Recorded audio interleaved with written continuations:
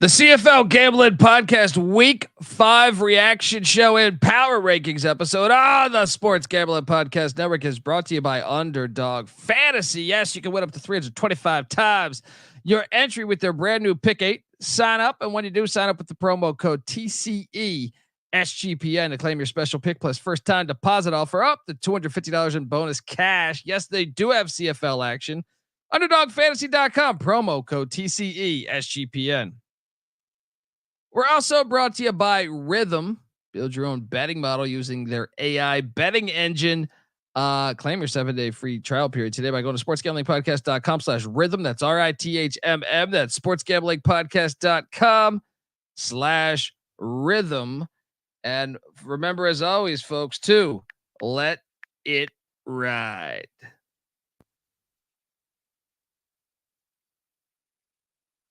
Hey, what's up, you degenerate gamblers? This is Bill Burr, and you're listening to SGPN. Let it ride, baby.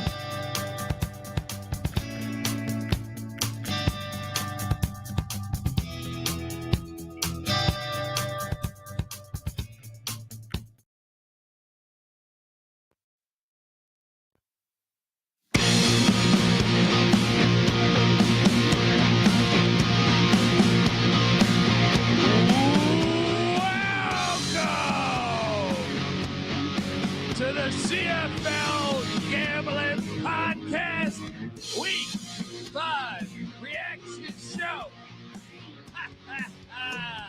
I fooled you. What does George Bush say? Fool me once, shame on you. Fool me a second time. Well, I don't know. You can't get fooled again. You can't get fooled again. My apologies. I'm just cranking out college football episodes left and right that I forgot I played the college football music. So you get a remix. All right. Look, they say P. Diddy invented the remix. You notice how that shit went silent. Things changed there. Hop on over to YouTube, youtube.com, CFL Gambling Podcast. If you're wondering just who the hell you're listening to, that is fair. My name is Colby Swinging Database Dan, a.k.a. Pick Don D. That's not a pick. This is a pick. He was raised in the land down under, where a man thinks on his feet, speaks with his fists, and lives by his wits. When Dundee happened, he was a superstar. He's the kind of guy that would drink a gallon of gasoline so he could piss in your campfire. You could drop this guy off at the Arctic Circle wearing a pair of bikini underwear without his toothbrush, and tomorrow afternoon he's going to show up at your poolside with $1 million smile and a fistful of pesos. Boom, $1 million smile right here. Fistful of pesos. Right here in my fucking Costanza wallet I got going on. Woo! Excitement is an understatement when it comes to this past weekend of CFL action. There were games I thought I should have won. There were games where I thought I should have never bet. And then there were some fire plays by old Canadian Bacon Dundee. That's what you're going to start calling me, Canadian Bacon. Because that's what we're making, all right? God damn it. Let's go. I love this league. I am joined by my co-host. He is the host of the Old Fashioned Football Podcast and the UFL Gambling Podcast and many, many other podcasts. You just got to search for them. Give it up for Justin Mark, a.k.a. J Mark. How you doing, pal? Doing good. We just did an old-fashioned football podcast, so I've already been drinking and talking football, so I am ready. And I just want to touch on the bacon comment. No offense to Canada, but American bacon, world's better than Canadian bacon. I just want to get that out there. Just coming in. Well, I don't get break the head cold, but they're counting down 7-6-5. I was drunk for like a month straight in Canada once. Pretty sure I ate bacon. No complaints. I don't recall the difference though. Am I missing something here? Well, if you buy Canadian bacon like at the store or get it Canadian bacon and pineapple pizza, that's popular. Oh, I got you. It's almost more like ham, you know? I got you. Yeah. Well, fuck though. I could have swore I had some eggs and bacon. Maybe it was an American restaurant over there, and Maybe. maybe I was, just flexing my dollar bill going to an American restaurant in Canada. But okay, no, you're right. Now that I think about it, you're right, and I agree with your statement. All right. Now can we shit on can we shit on the country anymore, providing this great entertainment to this podcast? And let's see, what else can we add on top here? I love Canada, but I know it's hard to enter Canada. I've had buddies get like a DUI that was like 15 years ago, and entering Canada, they give them so much shit that they say, you know what, I'm done. Just send me back to Buffalo. I'm out of here. All right. I don't know what else. Since we're just shitting on the product here, can we throw any more? I happen to love many Canadians. Norm Macdonald. I knew Norm Macdonald. Hell of a good guy. Rest in peace. Let me ask you this: who's the worst Canadian? That was like it's gotta be Nickelback, right? Oh, they're Canadian. I fucking hate Nickelback. I do too. I do too, actually. Oh man, isn't Justin Bieber Canadian too? Not. Yeah, really you're making a strong case right now for a lot of. I look at it from the comedy world, and I see Jim Carrey, Mike Myers, Norm Macdonald, Dan Aykroyd, John Candy, and I say, "Holy fuck!" All good. And I'm probably forgetting a name or two. Is Martin Short Canadian? He might be. I can't fucking remember. But Canada's given us a lot of good shit, and they gave us good games this weekend. So, folks, I don't mean to shit on the product. If anything, I'll be honest. If you gave me, would you watch the CFL or the NFL, buddy? Hate to tell you this. I know you host the Old Fashioned Football Podcast. I would take the CFL all day over the NFL. I can't argue with you though, because I mean I'm a diehard Bears fan, so I'd pick a Bears game any day. But other games, I'd rather watch CFL. Yeah, not when the I Bears love the product. Not when the Bears go to the Dome. But and ruin their goddamn whole franchise.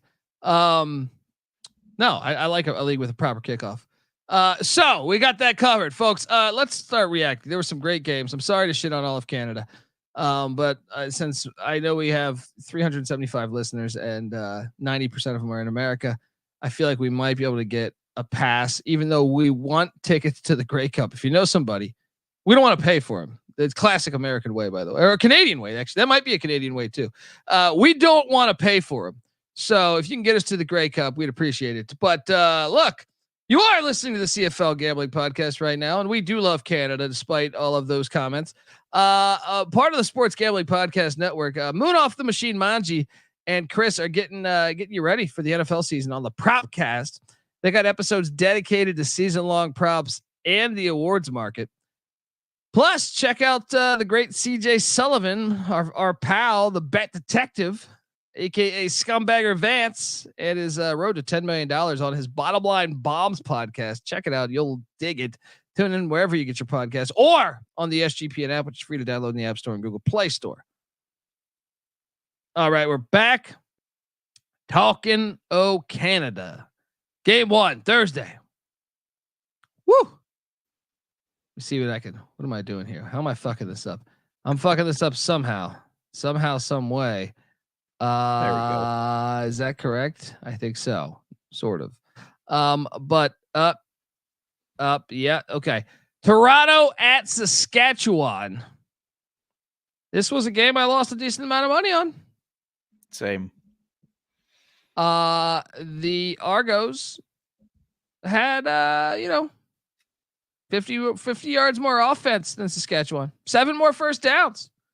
The rushing yardage did favor Saskatchewan by 5 yards, but Toronto did pass for like 50 more yards. But you can't win a lot of games when you have 5 fucking turnovers, you losers. Cameron Dukes, put your Dukes up because you suck. No, not all of it was him. He did throw one that hit a receiver in the hands and bounced off. It was intercepted, but good Lord. as a guy who had Toronto -4, or I actually had it -5. I had the worst of the number, and I had the over. None of them hit, and I didn't make any money there. I lost. I think it was $200 and some, like $215. I think I lost on these wagers. What'd you make of this matchup? And I'm assuming you lost some money too, right? I did. I think if you listen to our pick show, I mentioned I had my niece and nephew. I asked the nephew how much I should put on the Argos. He said $349. Luckily, I did not listen to him and put that much on them, but I did lose some money on them. Is the Dukes excitement over? I mean, I know they started hot, but now there's some game tape on him, and it seems like teams are able to easily frustrate him. So that's the first thing. And second, is this defense not as good as we thought? I mean, they let Shea Patterson look pretty good. I know his numbers weren't huge. He only passed for 192 yards, but 15 for 23, a touchdown. He ran for 18 yards and a touchdown. And it's Shea Patterson. I mean, I don't think he's that good of a quarterback. I'm really starting to question Toronto. I question their defense. I question Dukes as their quarterback. Everybody knows I'm a Brian Scott fan. I don't think Arbuckle's the answer. He's got 23 touchdowns and 29 interceptions over his career in the CFL. This team's in trouble. Oh my God, the quarterback is toast. Well, I'm not ready to just give up on him yet, but I will say you do. Here's the problem. Corey Mace was the defensive coordinator for the Toronto Argonauts. So so when he sees Ryan Dinwiddie across the field for him, he goes, "Because I understand how the bastard thinks. I taught him. Now I own one." So I do think I undersold that element of it. Yeah. But I can tell you this. How exciting is this Rough Rider team? Because when I look at them, I think they could easily be 1-4 or so, or 1-3, whatever it is. I'm like, they just find ways to get it done. Toronto did look bad. Cameron Dukes did look bad, but I'm not going to hold him to the prior game against the Alouettes where they're just a fucking power. This game, he looked bad, but bad games happen. I've seen Dan Marino, John Elway, Tom Brady, whoever have bad games. I know you want to get your boy in there, and that's fair. But I'm not ready to just write off Cam Dukes because he played a team that not only probably knows his tendencies because he was the DC, also they know Ryan Dinwiddie's tendencies. So to me, this is why sport is great, is because you can hire away a defensive coordinator and then the chess match. So next time Ryan Dinwiddie's got to study what Saskatchewan did and say, I got to fuck them up some way. But I will say the Saskatchewan team, the more I think about it, and I was on the Sports Gambling Podcast VSiN show on Friday talking CFL. And, it's crazy when you think about the futures. We did a futures bit. And I made the case for why BC makes sense with Winnipeg being shitty. But, Saskatchewan does kind of seem like a team of destiny right now. They just, like, a lot of these games, they look like they're going to lose. They win. The quarterback's out. They still rally and win. I'm enjoying the ride. I'll put it like that because I don't think they're that good of a team. It's just there's something magical about them right now. Wouldn't you say so? Yeah, I mean, we talked about it that the first two games with the big comebacks, even the third game there, that becomes infectious. Of we can't lose. Doesn't matter how far behind we are, we can't lose. Yeah, I mean, it's hard not to believe in them. It's hard not to buy in from what they've done, especially with Shea Patterson. I mean, I know neither one of us are a big fan of Shea Patterson. They still get it done. They have BC next week, which is going to be tough, but still, this is a team that it's looking better and better. Coach K asked me, are we buying a future yet? I said I didn't know if I was ready yet, but it is hard to deny this team. I mean, they're undefeated and for a good reason. You can get them at plus 550 right now too. Well, my thing is like, they're going to be in the playoffs. So it's like, can this defense now, I mean, BC looks like a machine. We'll get to them, but my thing is like, it's just, they're like right now they've pretty much, I know there's still a lot of games, but they look like they've pretty much solidified a trip to the playoffs. I know I don't want to get too ahead of myself in that statement because there's a lot of weeks left, but you would agree, right? That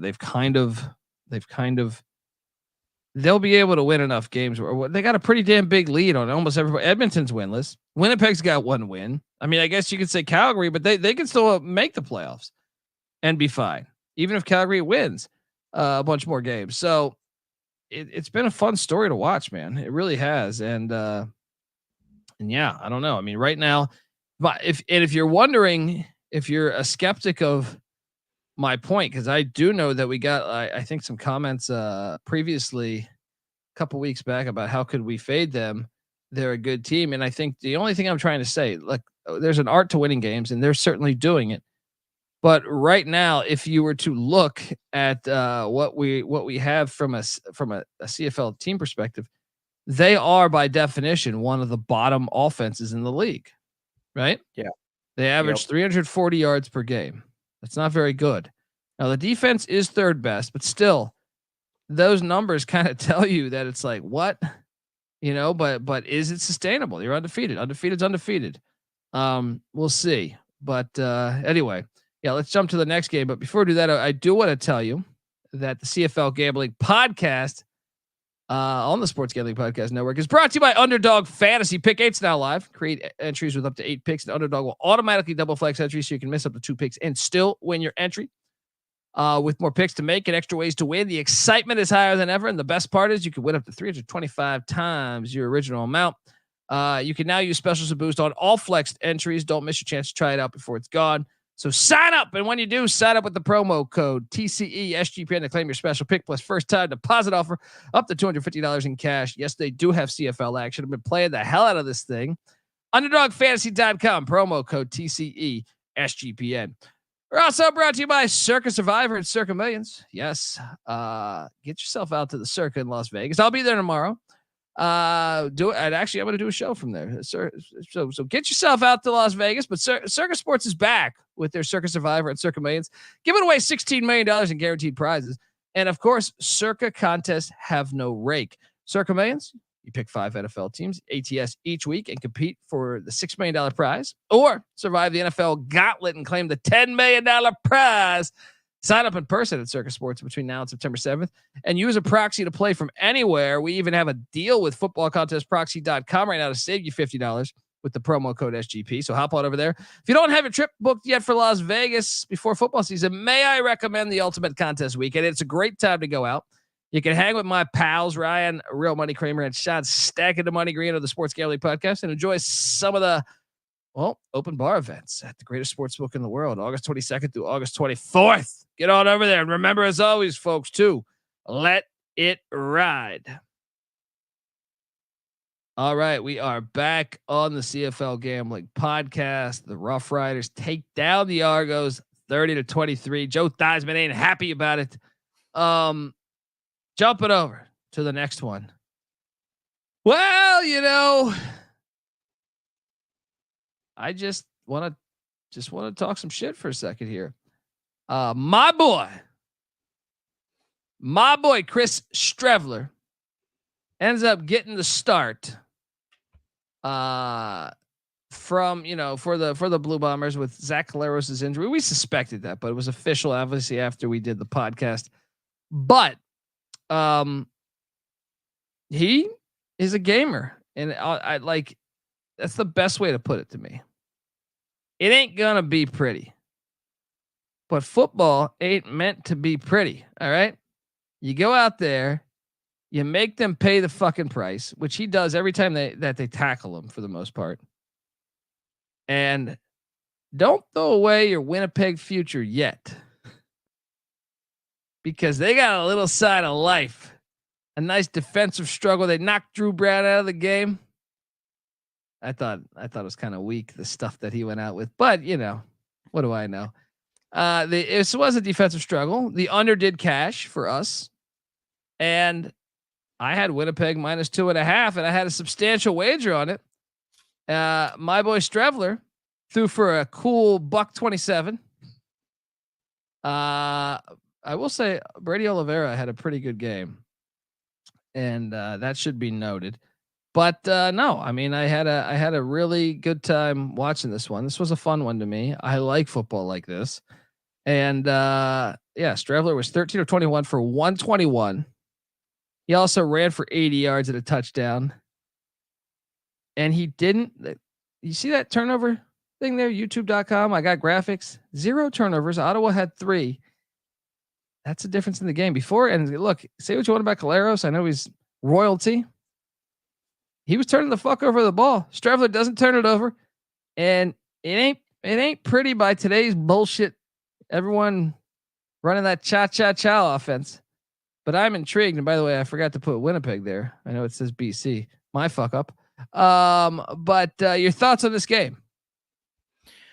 Yeah, I mean, Stravler looked good. Maybe not passing, but he still looked good. We talked about with this offensive line, you need a guy that can run, and he ran for 79 yards and a touchdown. I do like that he makes contact when he runs. I mean, he doesn't slide very often. I love that in a quarterback. It's just switching to the NFL. It's the way the game. It's the way the game was designed to be. Just so you know. I mean, absolutely. Yeah. Switching to the NFL. Everybody shat on Jay Cutler. One of the reasons I loved him is because he was not afraid to make contact. Stravler's that way. He'll make contact. The running game exploded. Brady Oliveira had 129 yards. Ottawa, I think Drew Brown going out with the concussion really threw him. Dustin Crum didn't look ready to lead the team. He should be. He led him last year. He should have been ready, but he wasn't. Reichwell Armstead had a good game for them. That was their bright spot. But I don't know. The Bombers are in a tough spot, I feel like, because if Caleros is healthy, it's hard to sit him because, like you said, he's kind of royalty for him. Yeah. But Stravler looks better. I mean, he looks better and he can move. And they need somebody right now that can move because of that offensive line. I think it's a no-brainer to start Stravler. I don't think they will because I think of the royalty. But to me, when you watch, like, Zach Caleros was making turnovers, I think he's I get it. He is royalty. But at the same time, do you want to win? I don't care if it pisses off fans. Like, to me, like, Stravler gives you your better chance to win right now. And that's what your coach should always be doing. They still Stravler out past the Red Blacks. So I mean, by 1 yard, 1 yard. That's all that matters. I think that shit. There's something to this where it's like, you don't need to throw 50 times a game to be a good football team. Sometimes all you have to do is not kill yourself. You know what I mean? And I don't think Zach Caleros is trying to hurt himself, but I know that the offensive line's terrible, which results in him probably rushing passes, probably throwing off his back feet, throwing at awkward times, or not feeling comfortable in the pocket, which leads to then interceptions or fumbles or whatever. And for whatever reason, they've turned the ball over a shit ton. Stravler comes in the game. He runs. He's dual threat, which I think adds a new dynamic to playing defense against this team. It's a no-brainer to me. I honestly don't even think it's close. We'll see what happens because they got a big game, and that's something that I don't think they're officially done yet, man. Like I understand that, it hasn't gone the way you thought it would go, like the first few weeks. I agree, but you look at the standings right now. It's like if they beat Calgary here this upcoming week, I think they play Calgary, right? Yeah, they do. Well, then they're in third place with the tiebreaker. Like they're not out of it yet. Like, and I still think Saskatchewan we'll see if they can sustain that over the whole season. It's a long season. It's a marathon. So I don't know. I feel like, if I'm them, you can't afford to keep losing though. Like, you got this win, ride that momentum, start them. In my opinion, it's a no-brainer. We hit on both though. With under, dude, this had no business even being this close. Some of these field goals is unbelievable. Agreed. Yeah. I will say to the under, apparently I was a totals expert this week. I went 1-3 ATS, but I went 3-1 on my totals at least. So, so at least I salvaged it that way. These teams both have winnable games next week. Winnipeg plays Calgary, Ottawa plays Edmonton. They can both, Winnipeg can start a winning streak now, and Ottawa can bounce right back. So it'll be interesting to see what happens next week with them. Agreed. Look, before we get to the next game, which was probably the game of the weekend, I want to tell you folks that the CFL Gambling Podcast is brought to you by Rhythm. If you're betting on player props, then you need to download Rhythm. Rhythm is the go-to sports betting tool that transforms complex data into actionable insights, empowering bettors with smarter, data-driven decisions. Unlike other platforms, Rhythms combines advanced predictive analytics with an intuitive user experience, making betting both easy and enjoyable. Rhythms predictive models were born from the brains of MIT data scientists and quants with over 3 years of data that help drive you to better AI-backed betting decisions. Claim your free 7-day trial period today by going to sportsgamblingpodcast.com/rhythm. That's RITHMM. That's sportsgamblingpodcast.com/rhythm. All right, we are back on the CFL Gambling Podcast, breaking down. So I was able to make up all my money that I had lost from game one because I went heavy on this game. When Strevler was announced the starter, went pretty heavy on that one. Next, I did take the Stampeders +10. I was asked on the VSiN show to take the money line. I said no.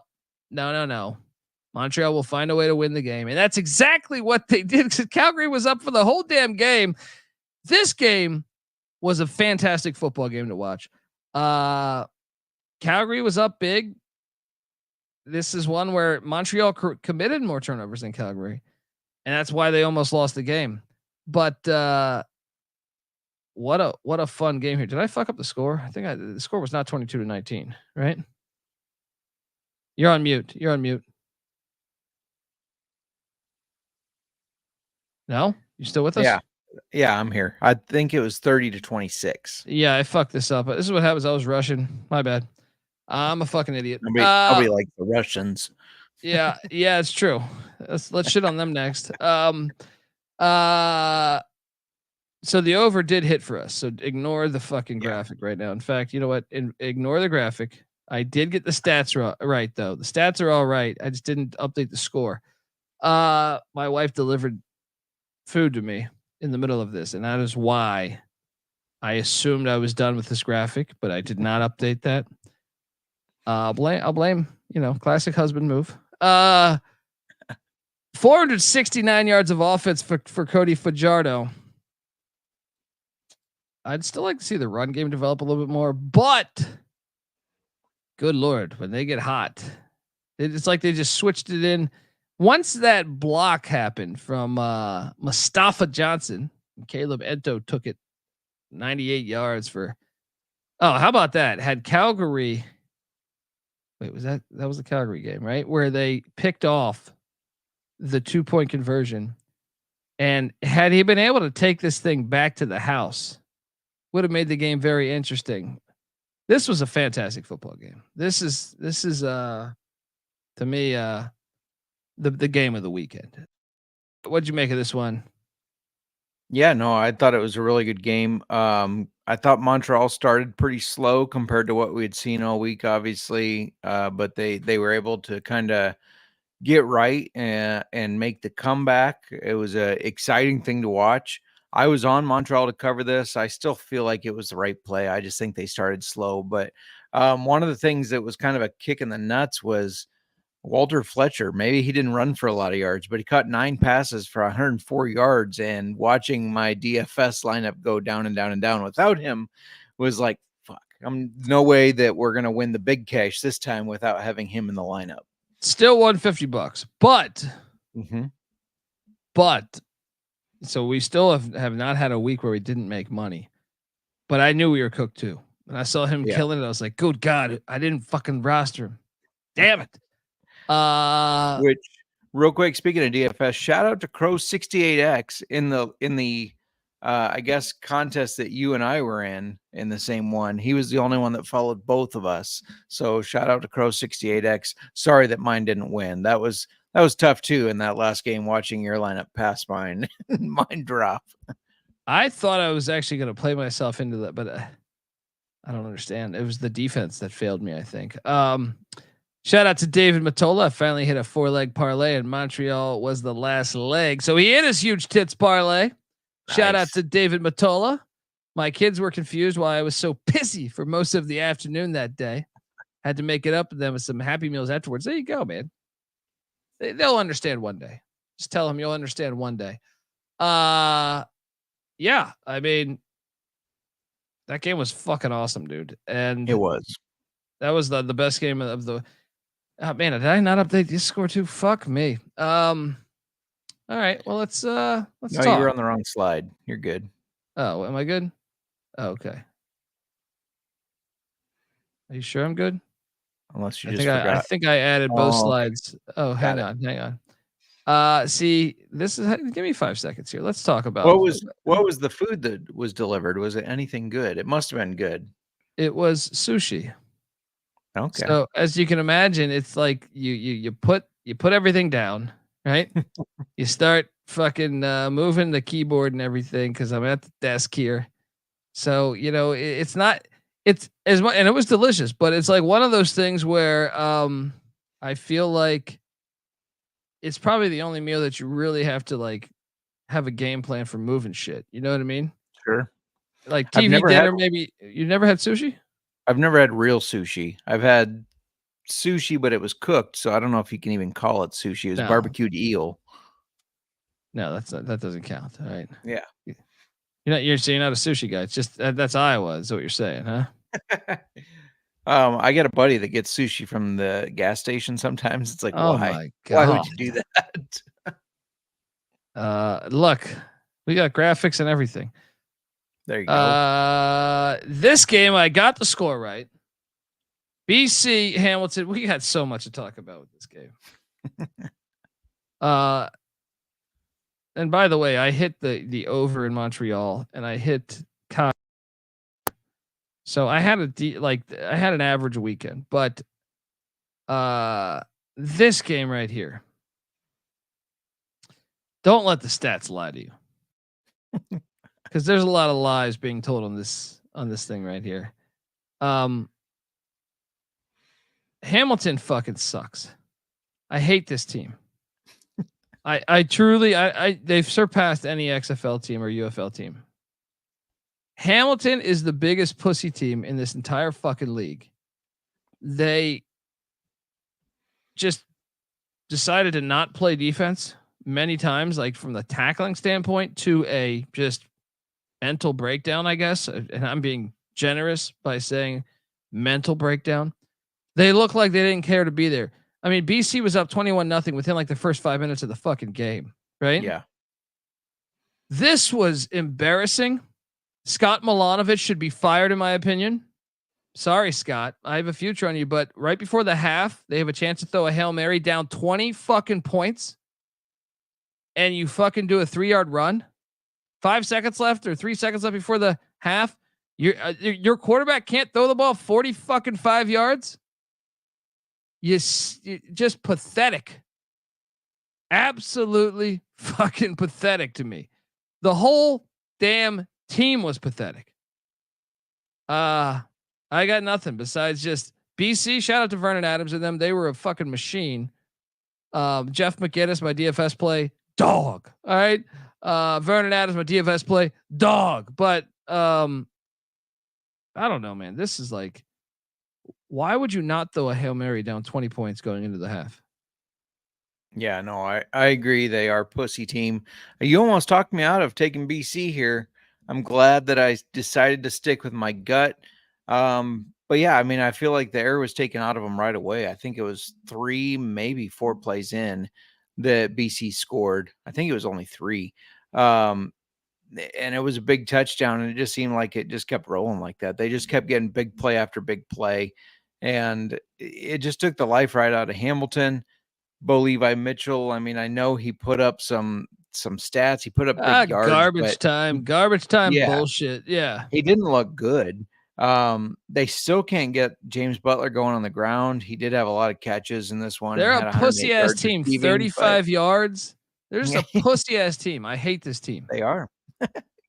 Like, But yeah, I mean, we both had Justin McInnes, 10 receptions for 144 yards, 2 touchdowns. That was like a half. I feel like he didn't do much. The whole team didn't do much in the second half. I was hoping that they were going to do more, but I mean, yeah, this was a slaughter. he should be fired. You're not equipped to be a head coach. If you're down 20 fucking points and you run out the clock at halftime, you should be like, in my opinion, you should be relieved of your duty, because that is, what the fuck are you doing? What are you doing? Like, what? I would love to know his answer. I would love to be able to ask him that question, because he wouldn't say we didn't want to injure the quarterback. Why? It's not like anything was working out for you anyway. Maybe the backup could be better at this point. I know you're not trying to get your guys injured, but you're also trying to win the fucking game. You're down 20 some points. Fucking, I never seen shit like that, man. That is ridiculous. This team is a pussy ass team. The way that they play the game is a disgrace to hundreds of years of football. It's just, what's that? Oh, I was just saying, they have the week off, then they play Toronto. Having a week off, this would be the time to make a quarterback change, wouldn't it? Yeah. Yeah. And I mean, dude, some of those coverages, like, Vernon Adams is a fucking stud. He might be the best player in this league. Probably is. But some of those throws, I think I could have made. In the first half, the one, I think it was the second drive. I could be wrong. Second drive of the game. I really believe any human being on planet Earth can complete that throw. The defensive breakdown was so bad. Yep. It was just the most pathetic. The special teams for Hamilton. You fired your special teams coach, cut some guys, didn't have the effect. You suck. Your team sucks. It was just the most pathetic performance. The fans of Hamilton deserve better. You should drop the hammer on Scott Milanovich. Get this trash out of here. Anyway, I mean, one of the things I wanted to note also about the Montreal game that cracked me up is I'm drawing a blank on Calgary's backup quarterback. The guy that comes in on 3rd and 1s.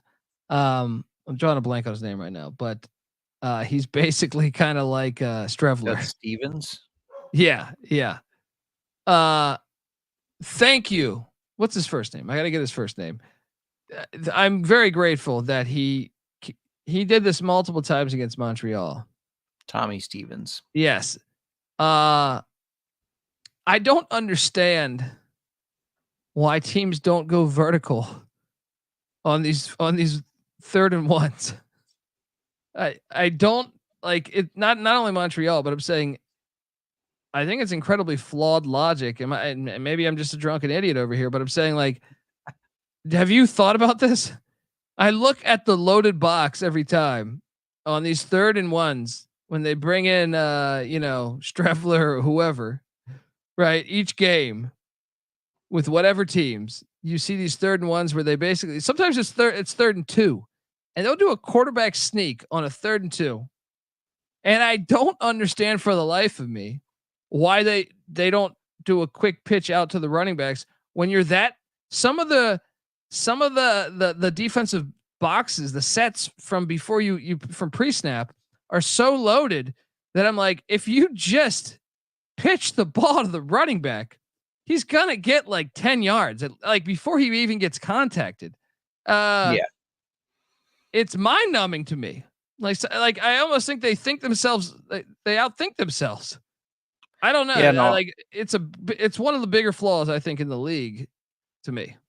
Yeah, I 100% agree. I mean, in my very short football career, I played D-line, and those guys, they just got their hand in the dirt and they're just ready to crack heads, basically.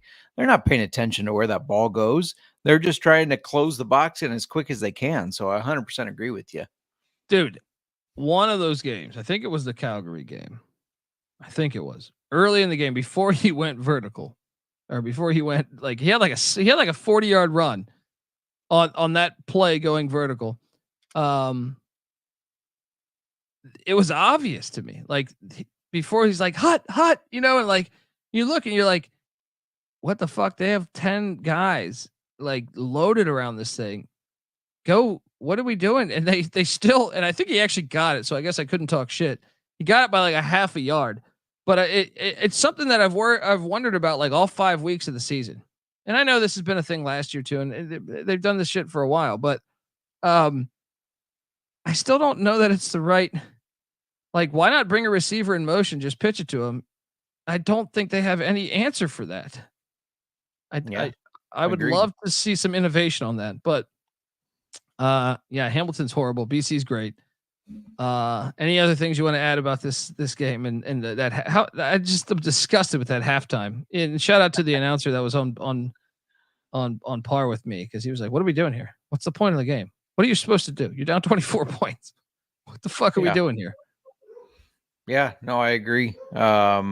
Only other thoughts, BC has a tough game against Saskatchewan coming up, because we've seen that they keep winning, and Ticats do have that break. So if they're going to make a quarterback change, now's the time. Yeah. I mean, I'd say the coaching change might even be more important than the quarterback change. True. But all right. Well, look, folks, time for our power rankings and my busted ass graphics. But let's jump out of here and let's do the power rankings. Shout out to Channing Brown in the chat, tuning in for some CFL action. I have a team number 9 that is way worse than every other team in this fucking league. From an effort standpoint, from a coaching standpoint, from a fucking special team standpoint, from a defensive standpoint. And this is, my problem with this is they were the second ranked defense last week. Do you remember that? Mm-hmm. This is why stats can lie to you. Currently, Hamilton's the third best. They're still the third best offense. Such bullshit. And currently they are now down to the 7th ranked defense, but they're my number 9 team without doubt. Like, I would argue with anybody about this. How about you? Yeah, no, I agree. I mean, they're going into this week, they were allowing 31 points a game, which is, I think that's why their special teams coach got fired, because their defense is 3rd ranked, but they're still allowing that many. That means short field position, right? And now they allow 44. I also have them 9th ranked. I don't think special teams coach was the only problem there. In-game coaching, fucking hard. Where they stole some momentum. They got like a sack or 2. They had scored. They had 2 sacks. They get the ball back. And they get a first down. Or no, they go 2 and out. But they passed on it. No, I think they got a first down. Then they went 2 and out. And they punted on I think it was a 4th and 3 or a 3rd and 3. And you're just like, dude, you're down. Like, this is late 3rd quarter. You don't have many more opportunities. I really just think I haven't seen a coach do that bad of a coaching job in this entire fucking league for a while. But they're my number 9. Shout out to Channing. He is Canadian. See? Some good Canadians out there. J Mark was just saying that if you caught the beginning of the episode, he pretty much said that he had a few whiskeys now, to be fair, but he said that Canadians pretty much said this: They deserve to die, and I hope they burn in hell. I just said American bacon is better than Canadian bacon. That's all I said. Well, it pretty much breaks down to They deserve to die, and I hope they burn in hell. We love Canada. I love Canada. A lot of great things came out of Canada. If I need to town again, I can do this. Some great things just happen to age, horribly. But yes. Anyway, where the fuck am I at here? Team number 8. At number 8, I have the Ottawa Red Blacks. I am not buying in. See, Rod Villagomez sprinkling this fairy dust shit on you. This team's not any good. I know they have some wins, but I feel confident that my team number 7 is actually a better team than them. Who do you got at number 8? I got Edmonton. I hate to keep putting them towards the bottom, but they got to win some games. So yeah, I got Edmonton at 8. They are not that good. We'll see, because they play Ottawa this coming week. So we'll see how those two stack up against each other. Well. I mean, The fuck is that? You're wrong, because I have Edmonton at number 7. They are better. They're much better at the quarterback position, despite having a 45-year-old. They're just better, even though they have a pussy name now. They're better. They're better than the Red Blacks, and I have the Edmonton Eskimos at number 7. Who do you have at number 7? Number 7, I do have Ottawa. So we just have those two flipped. Edmonton catching 4 points right now. I don't want to jump into our picks episode, but I think based on our power rankings, I know where I'm going. I know where I'm going, and when I think about your record, Better luck next year. even though you still have the lead currently, but how close am I? What is our season record?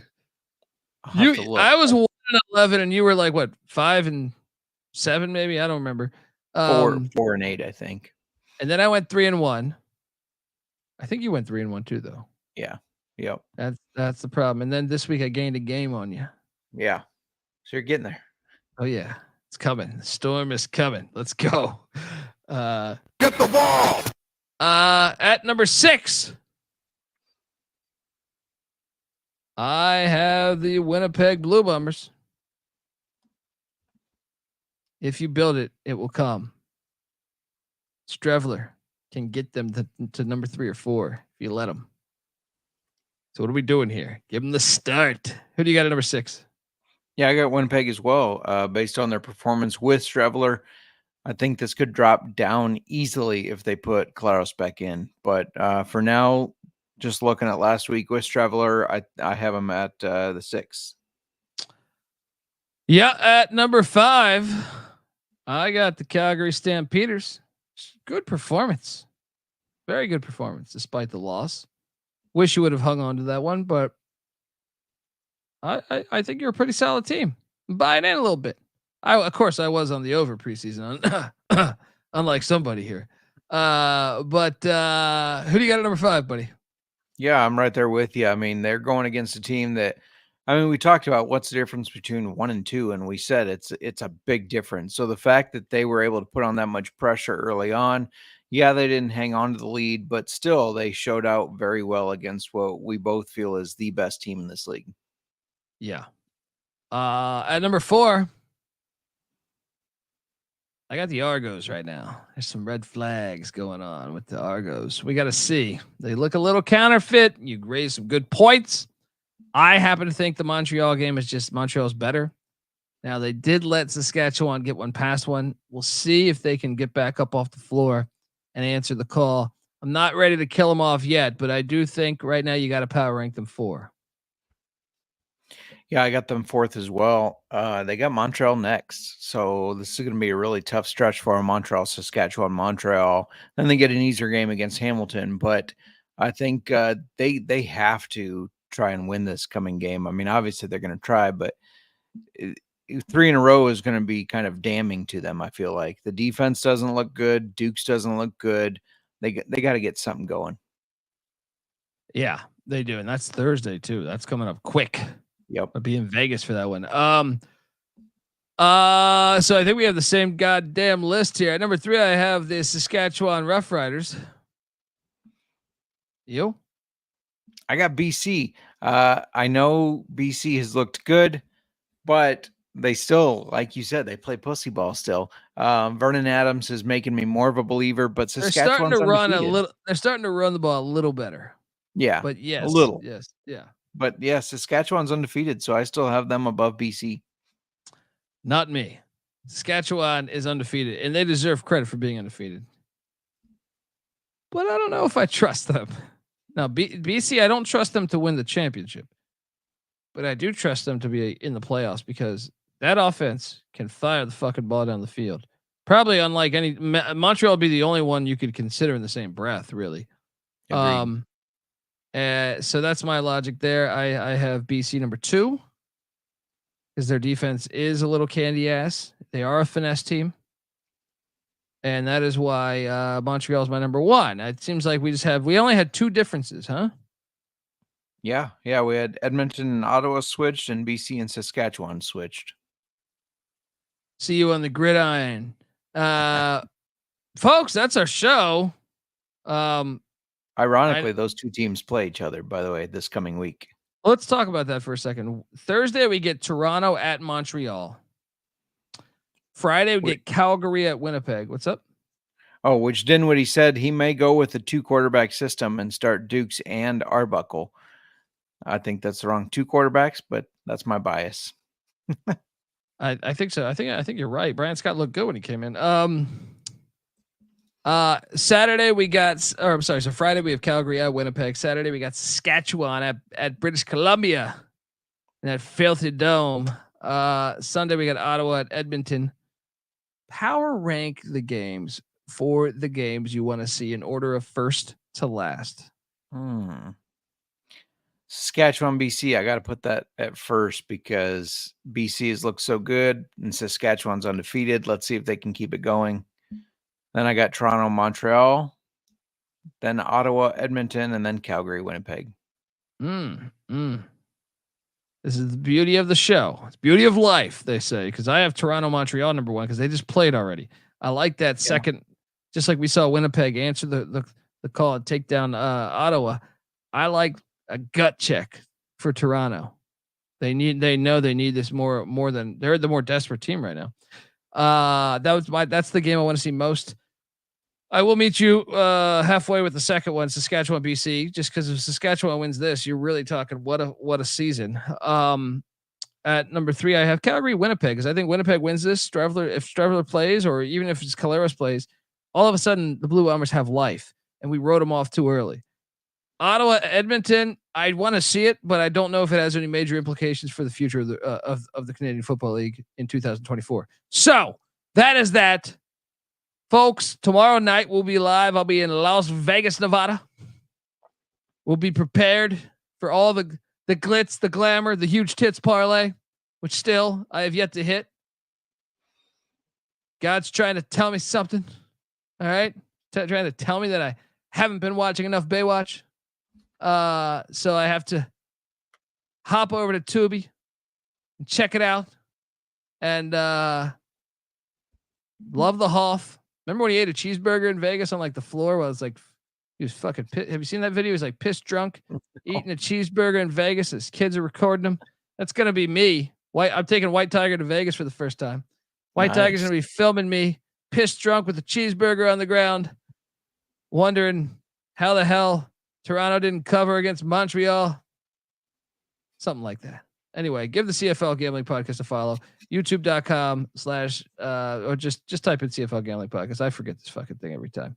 Also, check out the CFL Gambling Podcast wherever you get your podcast. Part of the Sports Gambling Podcast Network. We're at CFL Gambling Pod on Twitter. Get on over there. All right, give us a follow. We every single week that we're going into week 6. We've never not made you money on the DFS side of things. True. What the hell's going on? I mean, I happen to be climbing out of the cellar. I haven't had a losing week in 3 weeks. All right. No, I didn't. I was 500 this week, but 500 mixed with my DFS is positive. Net positive. I don't know what the fuck I'm talking about. I'm having a cocktail. Give J Mark a follow on Twitter at JMarkFootball. Check out the Old Fashioned Football Podcast. Check out the UFL Gambling Podcast. And shame on the Chicago Bears for getting a dome. You filthy whores. I'm on Twitter at TheColeBD. Check out all of our other podcasts besides the CFL Gambling Podcast, Stadium Heads Podcast, myself and Michael Barker, the College Football Experience, breaking down all 134 college football teams. Hop on over there. Check out all that good stuff.